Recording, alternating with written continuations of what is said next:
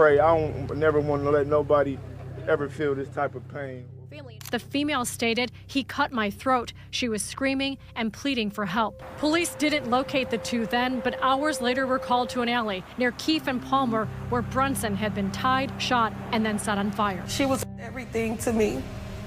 She was everything, and this is the most hurtful feeling. The day of the murder, police say Brunson met up with a married man she'd been seeing, Sultan Shareef. Kania Brunson was 20. Sultan Shareef was 54, married, with a criminal record that went back over 30 years. For years, almost no one knew they had a relationship at all. Then Kania reached out to his wife herself. Shareef didn't go home to deal with that. He called Kania's mother instead. Strangely, he'd reached out to Brunson's mom a week earlier. He goes on to say, "I want to be done messing with your daughter, but she's reaching out to my wife." That same week, he helped pay to get Kania's car fixed. A man who said he wanted it over, still showing up for her. A week later, Kania was dead. When investigators asked Shareef's wife where he'd been that night, she told them he was home with her the whole time. That wasn't true. A secret kept for years. A wife who found out anyway. A mother who got a phone call she didn't ask for. A car that got fixed by a man who said he was walking away. An alibi that didn't hold. Kania Brunson was 20 years old. What actually happened to her is not simple. Before we go back to the beginning, if cases like this deserve this kind of care, like, comment, and subscribe. Now, here's who Kania was. Kania Brunson had a life almost everyone around her could see. There was a part of it almost no one could. For years, alongside the daughter her mother knew, and the young woman her stepfather could always make laugh, there was another version of Kania, one that existed in private, tied to a relationship with a man more than 3 decades older than her, married, hidden, by design, from nearly everyone in her life. Here is the life that was visible. Kania turned 20 in June of 2022. She hadn't settled on a future yet. She'd thought about becoming an orthodontist, then a veterinarian. But somewhere along the way, she found she had a gift for making people look and feel put together, and started leaning toward cosmetology. She actually taught me how to put on eyelashes and do my eyebrows. Her mother, Jennifer Meadows, said, "It's an ordinary detail. It also says something specific." In that relationship, Kania was often the one doing the teaching. Her stepfather, Cameron Meadows, described her the same way. "She can make you smile right away," he said. "You know me and her. We laugh about the silliest things." That was Kania, as her family knew her. A daughter still figuring out what came next. Someone who could put a room at ease without trying. The man on the other side of what they didn't know was Sultan Shareef, married, more than 30 years older than her, with a life of his own that had nothing to do with beauty school or eyebrows or a mother she called constantly. Two versions of the same young woman existed at once. Only one version of Kania was visible to the people who knew her.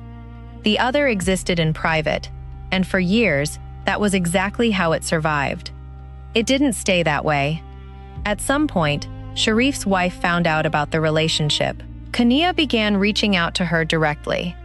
Not to Shareef, to his wife. A relationship that had stayed hidden for years now had one of its two households aware. Prosecutors would later argue that Kania had developed real feelings for Shareef, feelings he didn't share with the same weight, that she wanted something more than what the relationship had quietly been for years, and that reaching out to his wife was part of that. Shareef's own account of the relationship, offered later, described something else. What's certain is simpler than either account. Shareef's wife knew. Kania had made sure of that herself. For a relationship built to stay contained, that was no small thing. He picked up the phone, not to call Kania. He called her mother. It was about a week before Kania's death. "I want to be done messing with your daughter, but she's reaching out to my wife." That's what Jennifer Meadows says he told her. Not a friend, not Kania, her mother. He was ending it, by his own account, in his own words, to the one person who could pass the message along. Whatever happened in the days after that call, By Saturday morning, Kania and Shareef were together again. A man had told a mother he wanted to stop seeing her daughter. A week later, he was with her. That morning didn't stay ordinary for long. The Hyundai needed radiator work. That was the plan for the morning. An auto mechanic shop, a Saturday, nothing about it out of the ordinary. Kania was there with Shareef. So was Carver, a longtime friend of his, who happened to be at the shop that day too. Later, Shareef called again. He sounded panicked. He told Carver he needed him. Carver went back. What he found wasn't the garage anymore. Shareef had Kania pinned down in the backseat of the car, his knee holding her in place. She was alive. She was pleading for help, telling Carver that Shareef had cut her throat. Shareef asked his friend for something else. He wanted help getting rid of her. Carver told him no. He told Shareef he wasn't going to let him leave with her. Not like this. Shareef reached for the dashboard and came up with a gun. Carver backed off. Shareef drove away, with Kania still in the car. Once Carver was clear, he called 911. He gave police a description of the vehicle, a partial license plate, and Shareef's name. Officers went looking for that car. They didn't find it, not that night, not in time. In his kitchen, near Keefe Avenue and Palmer Street, Justin Fields noticed smoke outside. He thought, at first, that someone nearby was burning trash. He was wrong. He called 911. The car officers found when they arrived was the one Carver had described hours earlier. Kania was there. Her wrists had been bound. Her body had been set on fire. Kania Brunson was dead. Carver had seen the last of it. Investigators would have to find the rest. Carver saw the last of it. What came next, the evidence investigators found, and how it connected Shareef to Kania, is where the case began to take shape. If you're still with me, subscribe, leave a like, and tell me where you're watching from. Carver had given police a name, a description, and a partial plate. It was enough to start the investigation. It wasn't the whole case. An eyewitness account can be doubted. Memory can be questioned. What investigators needed was something that didn't depend on any one person's version of that morning. They found it in more than one place. Surveillance cameras had picked up Shareef's vehicle, not at the mechanic shop, but later, closer to where Kania's body was found. A car matching Carver's description, moving through the city on a night investigators were now reconstructing hour by hour. Cell phone records added another thread, independent of the cameras.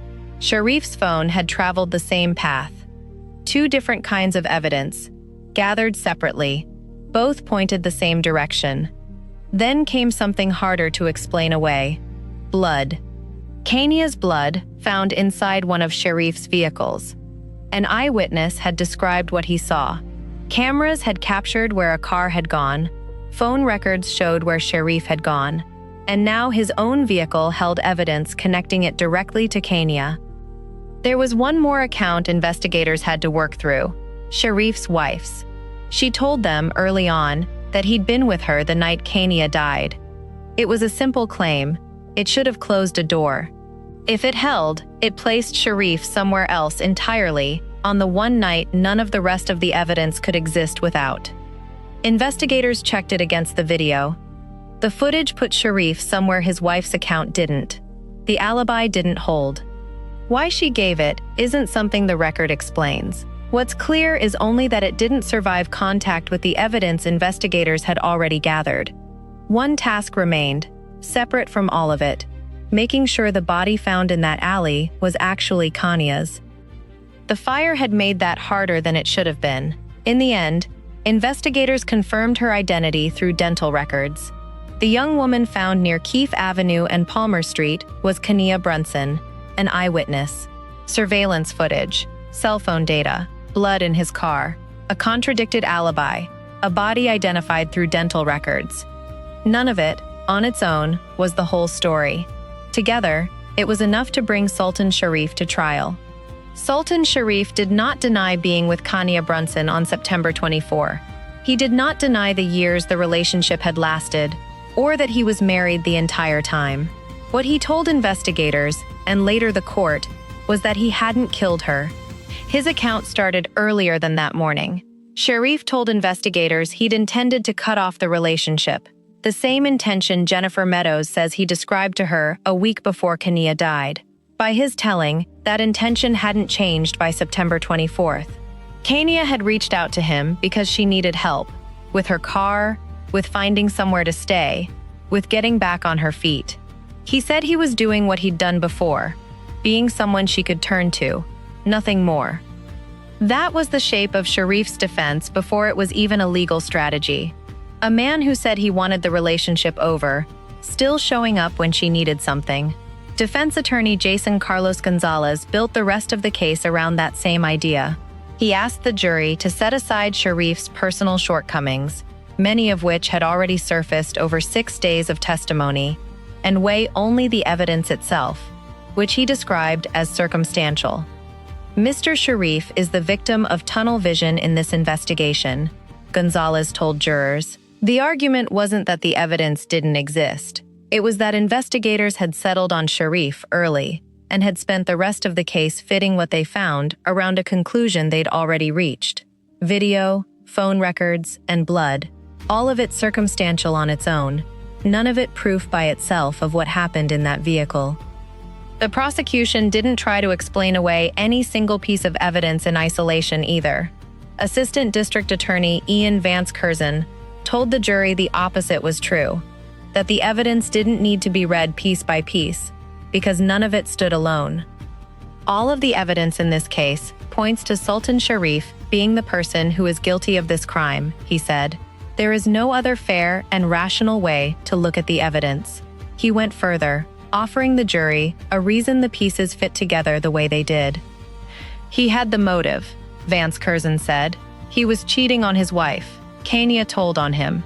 Prosecutors argued that the exposure itself was what changed everything, that Shareef's marriage and the life he'd built around it were unraveling in real time, and that what happened to Kania followed from that unraveling. His world was falling apart, Vance Curzon told the jury. His marriage was falling apart. He was losing control, so he did everything he could to get away with it. It was prosecutors' explanation for the evidence, not evidence itself, the story the jury was being asked to accept.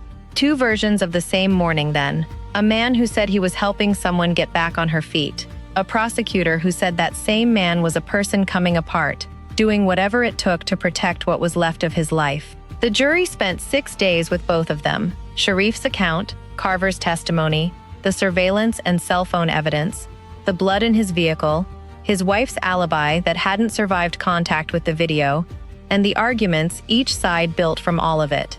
They deliberated for 45 minutes. Sultan Shareef was found guilty of first-degree intentional homicide, party to a crime, and mutilating a corpse. 6 days to hear it, 45 minutes to decide it. The legal question had an answer now. What Kania's family had lost still didn't. Sultan Shareef stood for sentencing 16 months after Kania died. Her family filled the gallery around him, dressed in matching white shirts. Across each one was a collage of her photos, circled by the words, "Our angel, forever in our hearts." Kania Brunson sat close enough to see Shareef's face. In one hand, he held a photo of his daughter. In the other, a leather-bound Bible. "Kania was my everything," he told the court. "She taught me a lot about myself." He described his firstborn child as someone you'd love to have in your life. "I'm sad my baby had to leave this earth." He didn't have kind words for the man who took her from him. "If I go to hell," he said, looking at Shareef, "I'll see you there." Kania's grandmother, Charlene Litzler, remembered a granddaughter who lit up a room and loved the state fair with her family.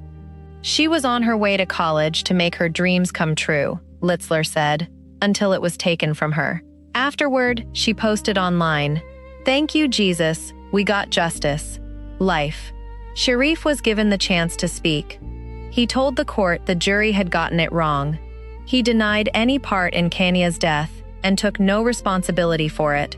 He said he'd been 3 or 4 miles away when her body was set on fire, and that someone else must have done it, implicating a cousin whose name had never come up once in 6 days of trial. He acknowledged the relationship with Kania had existed, called it, at times, a little toxic, but insisted it had never turned violent. Judge David Swanson called what Shareef had done vicious and cruel, and rejected the defense's request that Shareef eventually become eligible for release after 20 years. Sultan Shareef would serve the rest of his life in prison, with no path to extended supervision. The court also ordered him to pay $1,1246.96 in restitution to the fund set up for victims like Kania. Shareef wasn't the only person charged in connection with what happened to Kania's body. Johnny Allen Hopgood, Shareef's brother-in-law, had originally faced charges of mutilating a corpse and harboring a felon.